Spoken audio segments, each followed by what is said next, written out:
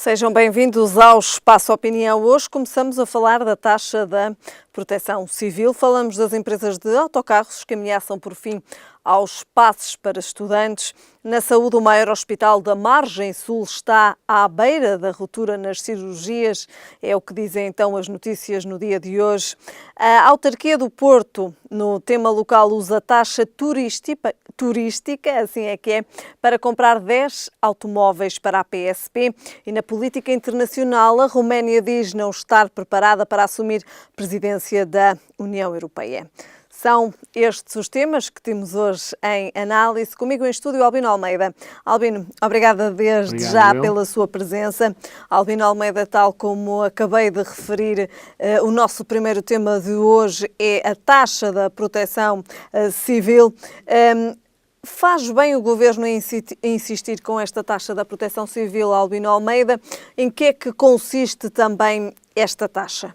Vamos ver, em primeiro lugar, uma saudação a todas e a todos os que nos podem ver e ouvir e dizer que esta taxa é eminentemente uma daquelas taxas que, a partir de Manuela Ferreira Leite nas finanças, com a criação do IMI, é uma taxa que é dirigida essencialmente ao financiamento do poder autárquico. Já hoje é, o IMI em geral, esta taxa da proteção civil é uma taxa que decorre da decisão do Tribunal Constitucional que obrigou, por exemplo, Lisboa a devolver mais 55 milhões de euros aos habitantes de Lisboa, uma vez que à taxa não correspondia um serviço definido com clareza. E por isso o Tribunal entende que uma taxa, tal como as taxas moderadoras na saúde ou as taxas do audiovisual, implicam um serviço que é prestado. E, naturalmente, não é possível aplicar uma taxa cega a um serviço que não é tangível, que não se percebe o que é. Outros sim, até porque câmaras que tão grandes como o Gaia e outras já disseram que não a adotarão em termos generalizados como o IMI, esta taxa provavelmente será adotada nas autarquias, onde exista, por exemplo, instalações de pirotecnia, instalações altamente poluentes do ar, produtos inflamáveis, produtos ambientalmente que possam criar problemas ambientais sérios, por exemplo, água, efluentes, drenagem de produtos industriais através de efluentes para os rios, por exemplo, e é admissível aqui que as autarquias, que são o poder de proximidade, tenham que ter instrumentos, mecanismos ou outra coisa qualquer que visem prestar aquele serviço específico. Em caso de problemas com pirotecnia, em caso de problemas com acidentes ambientais, drenagem para águas, poluição, enfim, há um conjunto de matérias que, em primeiro lugar, incumbem, até porque há um processo de transferência de competências às autarquias, e aí fará sentido definir o valor da taxa em função do serviço que é possível prestar em caso de estar em causa a segurança, a proteção civil, para proteger os outros cidadãos. Muitas vezes não se trata propriamente de medidas de combate, mas de proteção. Quando é preciso, por exemplo, fazer a prevenção de um produto que foi lançado na água, que pode prejudicar peixes e populações, nós teremos recurso a meios técnicos, como aliás, há tempos atrás isto aconteceu em Lisboa, não é? E foi obrigada a intervenção do Ministério do Ambiente, limpeza das águas, enfim, tudo isso. Ora bem, o que pode vir a acontecer é que, tipificado o serviço que fica em disponibilidade, por exemplo, na nossa fatura da água, nós pagamos nas águas, a todas as câmaras, a disponibilidade. Quer dizer que o trabalho de lá levar a água àquela casa ou a qualquer casa é um trabalho que é pago por uma taxa permanente, para lá ter os canos, para lá ter aquilo, quando há problemas chamar as águas, enfim, isso tem uma taxa. E, portanto, é disto que estamos a falar agora em concreto a proteção civil. Portanto, não é cega, como já foi aplicado em alguns municípios, Gaia, aliás, nunca aplicou, porque cabia-nos a nós, em 2013, começar a aplicá-la e não o fizemos. Consideraram-na inconstitucional? Consideramos, na altura, que ela tinha fortes dúvidas de constitucionalidade, optámos por não a aplicar em Gaia e, portanto, acabámos por ter razão e, desse ponto de vista... nunca se aplicou em Gaia. À semelhança de outras 3 localidades, nomeadamente Lisboa e também Setúbal, juntou-se então Gaia, aqui é também a considerar esta medida inconstitucional. Exatamente. Porquê então voltar a falar novamente desta taxa de proteção civil, Albino Almeida, para também quem está lá em casa poder perceber? Lá em casa as pessoas têm que perceber que a descentralização que o país vai assistir visa que as autarquias assumam cada vez mais serviços que nós entendíamos na alçada do Estado, e as autarquias são o Estado, mas tem que haver um financiamento destas atividades novas. E, portanto, não há como não fazer assim. Isto é, quando nós estamos a falar de transferir competências para as autarquias, e o ambiente e outras medidas, saúde e educação, serão das autarquias, é preciso separar muito bem o que é do... Ninguém paga, que eu saiba até hoje, nenhuma taxa para termos o Ministério do Ambiente e todo o serviço que o Ministério do Ambiente presta às populações. Análises da água, análise da água do mar, etc, etc. Isso compreende-se um serviço nacional. Tudo o que não é nacional será da competência das autarquias. E como é poder de proximidade, essa competência será cada vez maior sobre áreas cada vez mais importantes. E novas. Porque, como compreenderá, o problema, por exemplo, da poluição dos rios, para quem tiver muitas empresas que drenam para os rios o resultado das suas atividades industriais, nós teremos que ter aqui a prevenção, por exemplo, de falhar um retentor dos produtos que intoxicam a água e, se é preciso, mexer na água toda do rio, a jusante dessa circunstância. Por isso, eu diria que a taxa faz agora sentido. Faz sentido haver uma lei habilitante que diga que, em alguns casos específicos, terá que ser criada uma taxa antes da prestação do serviço. Albino Almeida, esta é também uma taxa que não gera consenso entre os partidos. Bem, eu diria que há aqui, gostava de não dizer isto assim, mas não tenho melhor maneira. Há muito cinismo, quer dizer, quando as pessoas estão na oposição têm tendência a estar tudo de graça. Quando estão no poder têm tendência a cobrar por tudo. E, portanto, eu diria que no meio, se calhar, está a virtude. E eu acho que esta taxa de proteção civil pode justificar-se. Nós caminharemos, por exemplo, para ter bombeiros voluntários profissionais, que estarão alocados às câmaras municipais. Se temos bombeiros a ganhar um salário por estarem 24 horas por dia disponíveis para o que acontecer, em algum lado vamos ter que ir buscar a verba para lhes pagar. Só estou a dar um exemplo que as pessoas lá em casa, como me pediu, percebam logo. Uma coisa é ter bombeiros voluntários, que podem entregar a vida, têm um seguro que às vezes é miserável, como se percebeu depois dos incêndios de Pedrógão, podem dar a sua vida, mas em termos de voluntariado. Outra coisa é ter pessoas que fazem daquilo a sua profissão e que vão ter que receber um salário. E esse salário vai custar ao município. E é natural que o município precise de encontrar fontes de receita. Nem todos precisarão, é verdade. Depende também de outras atividades. Por exemplo, iremos falar à frente da taxa turística.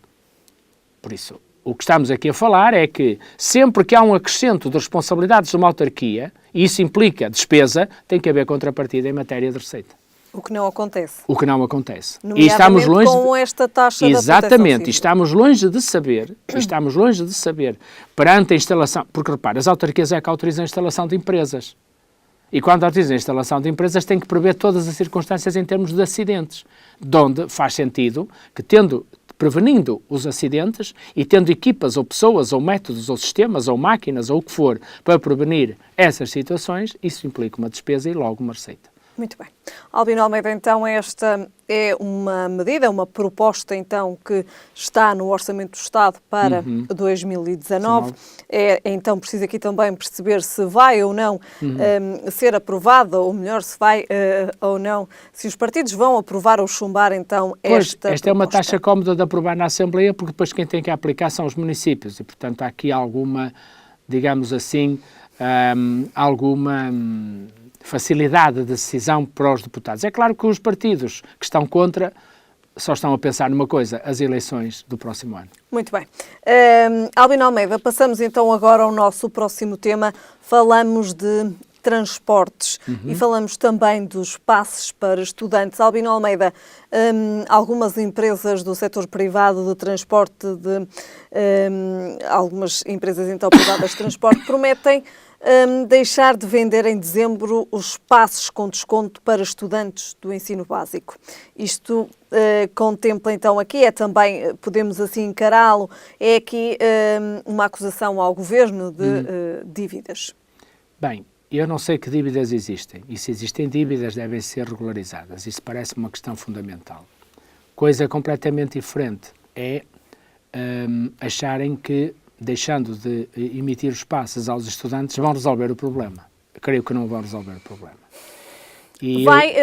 Albino, peço desculpa estar a interrompê-lo, certo. mas antes que prossiga o seu raciocínio, e visto também que de facto me diz que acredita que esta não é uma situação que vá de encontro àquilo que é então também aquilo que é exigido pelas empresas, de facto, quando se faz esta ameaça, podemos dizê-lo assim, vai também aqui dificultar o acesso à educação? E aos pais que tantos problemas também nos dizem aqui que têm para manter os filhos nas escolas. Eu, a partir do momento em que os juízes, a quem isso é vedado, do ponto de vista constitucional, convocam uma greve, que aliás é cirúrgica, tal como os notários tentaram fazer uma greve à peça em menu, eu acho que na proposta até a estupidez é livre. Desculpe dizer-lhe isto com esta, se calhar, com esta agressividade. Mas a verdade é que a estupidez também faz parte dos direitos de opinião, visto do lado daquilo que eu vou tentar explicar a quem nos ouve e vê.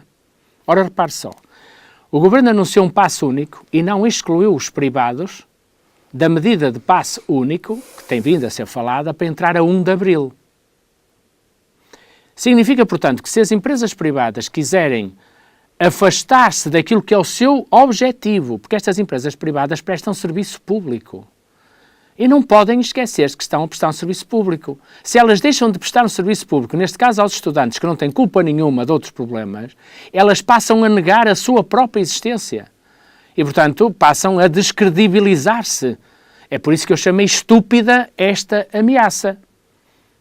Portanto, aquilo que eu creio que, não retirando a razão a quem tem faturas por cobrar e tem direito a vê-las pagas, é que há propostas e propostas. E esta não parece ser o caminho para quem vai ser, a partir de abril, integrado num sistema que vai revolucionar a mobilidade nas nossas cidades e onde ninguém excluiu as empresas privadas. Portanto, considero um verdadeiro tiro no pé desse ponto de vista. Porque está-se a referir ao passo social que vai entrar em vigor no próximo ano. Até porque, se há coisa que eu sempre defendi, Gaia defende claramente, é que quem presta serviço público pode ser privado na sua organização jurídica, mas continua a prestar um serviço público. E por isso tem razão. Não podem deixar de prestar o serviço pensando que com isso aumentam a razão que têm. Isso não faz sentido. Muito bem. Albino Almeida, esta preocupação relativa então aqui aos pais é uma preocupação deixada então pelo Jorge Ascensão, presidente da Confap, à TSF. É uma preocupação que claro, é plausível. É plausível e eu bem compreendo o Jorge Ascensão, a quem aproveito para saudar também por esta via. Ele ontem falou comigo e está preocupado, especialmente porque nós sabemos que no interior do país são os transportes privados que asseguram o transporte público. São as empresas privadas que asseguram o transporte público. Portanto, naturalmente que isto seria uma calamidade para os nossos jovens do interior, mais do que para os que estão nas grandes cidades onde há concorrência entre transportes públicos e transportes privados. E eu acredito, e até sugiro, que no âmbito das medidas de apoio de discriminação favorável ao interior, discriminação positiva para o interior do país, o Governo anda à frente com o pagamento das faturas dessas empresas. E, portanto, aqui também uma forma de compensar o interior. Uma forma de compensar o interior e também reconhecer que este serviço é prestado por empresas privadas que o Estado não consegue prestar em igualdade de circunstâncias. Portanto, torna mais grave o atraso nos pagamentos. Mas, de facto, estes atrasos nos pagamentos têm também interferências diretas com estas empresas privadas que fornecem, então, estes transportes. Bem, eu devo dizer-lhe o seguinte, nós temos que olhar com realismo, e eu não retiro nada do que disse no meu comentário anterior, e é por isso que vou dizer o que vou dizer agora, mantendo a ideia de que a proposta é estúpida. Porque aquilo que é preciso perceber é que os transportes públicos recebem indemnizações compensatórias. Quer dizer que, quando prestam um serviço e cobram 20, mas o serviço custou 30, o Estado paga-lhes 10, paga-lhes a diferença. Os privados, não. Os privados fazem, para fazer a ação social, no caso dos passes dos estudantes, para serem mais baratos do que o custo das viagens dos estudantes, o Estado compromete-se a apoiar. E se compromete a apoiar, deve cumprir, ponto final. Porque Basta às empresas privadas evidenciarem o que se passa com as empresas públicas. As empresas públicas já teriam fechado a porta há muito tempo, nem ganhariam muitas vezes para os salários do seu pessoal se não tivessem as chamadas ajudas compensatórias, as indemnizações compensatórias. Portanto, aqui do que estamos a falar é do Estado compensar as empresas porque praticam um preço mais baixo para transportar os estudantes. E estas empresas são privadas e não têm outra fonte de financiamento. Muito bem. Albino Almeida, depois então de analisarmos esta questão relativa aos transportes e também aqui às ameaças das empresas que dizem então, por fim, aos passos para estudantes, passamos ao próximo tema e falamos de saúde, Albino Almeida. O maior hospital da margem sul está então à beira da ruptura nas cirurgias, é aquilo que nos dizem então as notícias, é uma notícia também que marca então este dia de hoje, esta terça-feira. Como é que podemos encarar esta notícia, Albino Almeida? Incompetência da gestão do hospital, porque até agora nunca ouvimos falar disso. E eu conheço os programas SIGIC, que são as listas de recuperação das cirurgias, onde os médicos ganham principescamente, para não dizer pornograficamente. Uma cirurgia em tempo normal ao apêndice pode demorar 40 minutos mais a libertação do bloco. Se for ver as listas do SIGIC, são feitas em menos tempo. Porquê? Porque aí ganha-se por ato médico. E, portanto, eu diria que alguma coisa está mal. E já tenho dito isto, de resto, noutras circunstâncias aqui. Eu continuo a achar que nós temos um problema muito sério e que tem que ver com aquilo que esperamos do Serviço Nacional de Saúde. É uma reflexão que tem que ser feita e nós naturalmente percebemos que com o acumular de greves de enfermeiros, de pessoal da ação técnica e de médicos, as cirurgias têm sido os maiores bombos da festa. De resto, eu considero que quem de direito, inclusivamente o Ministério, já devia ter levantado a questão de que algumas greves que visam atrasar as cirurgias em programa não serão elas próprias a negação não só do sistema de saúde, mas também um atentado à vida das pessoas que necessitam dessas cirurgias. Eu acho que isto tem que ser pensado. Porque ainda há pensado de que forma, Albino Almeida? Pensado, inclusivamente, de forma a evitar, a limitar estas greves, que são greves por tudo e por um par de botas, e que são sempre vocacionadas para atrasar as cirurgias, com gáudio disto. Nós ouvimos ao final do dia duas coisas que os enfermeiros e os médicos dizem com uma alegria indisfarçável. É que atrasaram não sei quantas cirurgias. A minha pergunta é, não lhes pesa nada na consciência por poderem ter adiado ou até posto fim a muitas vidas, a prazo? Eu acho que isto tem que ser pensado em Portugal. E tem que haver limites. E não se podem marcar greves com meses de duração, com esta incidência e com este gáudio de vir depois dizer atrasamos não sei quantas cirurgias que ficaram por fazer. Portanto, há incompetência do Ministério, há incompetência dos serviços do hospital e eu gostava de saber qual é a proposta que fazem para recuperar essas cirurgias em atraso. Porque tenho a certeza que essas cirurgias em atraso vão compensar os dias que as pessoas perderam no vencimento pelas greves que fizeram. Albino Almeida, quando se fala em greves, e de facto este ano de 2018 é um ano marcado por greves, também aqui já falámos algumas vezes, greves na área da saúde e também na área da educação. Greves sempre ligadas a um fenómeno. As pessoas acham que se encresparem ou se fizerem as chamadas greves de protesto, ou aquilo que fizeram os transportadores privados, porque depois tem um efeito de contágio, não é? Que os transportadores privados definissem um dia em que suspendiam o passe, eu até percebo, para chamar a atenção. Agora, acabar com os passes é um tiro no pé, como expliquei atrás. Da mesma maneira com os médicos. Ou seja, nós vamos contar com os mesmos médicos no privado ou no público através dos SIGICs nas listas de recuperação de cirurgia para recuperarem estas cirurgias todas que ficam por fazer. Há uma coisa que provavelmente alguns doentes não vão ter recuperado. É a vida que perderam ou a qualidade de vida que perderam com os atrasos nessas cirurgias. E isso, para mim, significa que está em cima da mesa o direito à greve versus o direito à vida. Albino Almeida, há pouco no tema anterior dos transportes e dos passos para estudantes, falávamos no interior.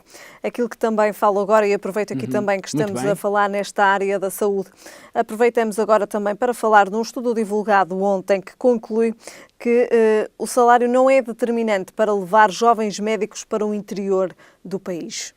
Bem, eu creio que sobre essa matéria nós teremos que revisitar o que já fizemos no passado. Todos nós lembramos, quem leu o Júlio Diniz, não sei se ainda se lê, mas eu lembro. Todos nós lembramos dos médicos da aldeia do João Semana deste país. E nós não podemos achar que vamos ter sempre João Semana por este país. Na verdade, não é isso que acontece. quero até, aliás, fazer aqui uma referência ao pai de um grande médico português, ao pai do Dr. Manuel Sobrinho Simões, que andava a cavalo a visitar as localidades em Arouca, de onde ele é natural, e que fazia isto de forma absolutamente gratuita, ou seja, pagava quem podia, a maior parte não pagava. E por isso, o que está aqui em cima da mesa, na minha opinião, é que eu gostaria que os representantes dos médicos apresentassem uma proposta ao Governo que fosse idêntica à que já temos com os juízes e que tem que ver com a instalação dos juízes ou dos médicos, neste caso uma determinada área, com algumas compensações pelo simples facto de prescindirem de viver nas cidades, com a luz das cidades, a fruição da cultura que existe nas cidades, em troca de prestar serviço no interior. E temos duas maneiras para fazer isso. Ou temos dinheiro e pagamos, ou então teremos que majorar esse tempo que os médicos passam no interior, beneficiando-os depois na entrada da carreira. Penso que por aqui andará uma solução para resolver este problema. Não há outra maneira de fazer isto. Muito bem. Albino Almeida, passamos agora ao nosso próximo tema. Falamos de política local. A autarquia do Porto vai então usar a taxa turística para adquirir 10 automóveis para a PSP. Como é que podemos ver esta notícia e que comentário lhe apraz esta notícia, Albino Almeida? Bom, a primeira coisa que quero dizer é que nós sabemos em Gaia que a nossa Polícia Municipal nunca para os carros por falta de gasolina e de manutenção dos carros. Mas a informação que temos da PSP, da GNR, é que há carros parados todos os dias por falta de combustível ou falta de reparação. Sabendo nós que, por exemplo, em Gaia, são 1.400.000 os turistas que entram em Gaia, e, portanto, pelo menos os mesmos deverão estar no Porto, usando este termo de comparação, eu diria que uma das razões pelas quais Portugal é um país que tem tido muito turismo é pela indução de ideia de segurança.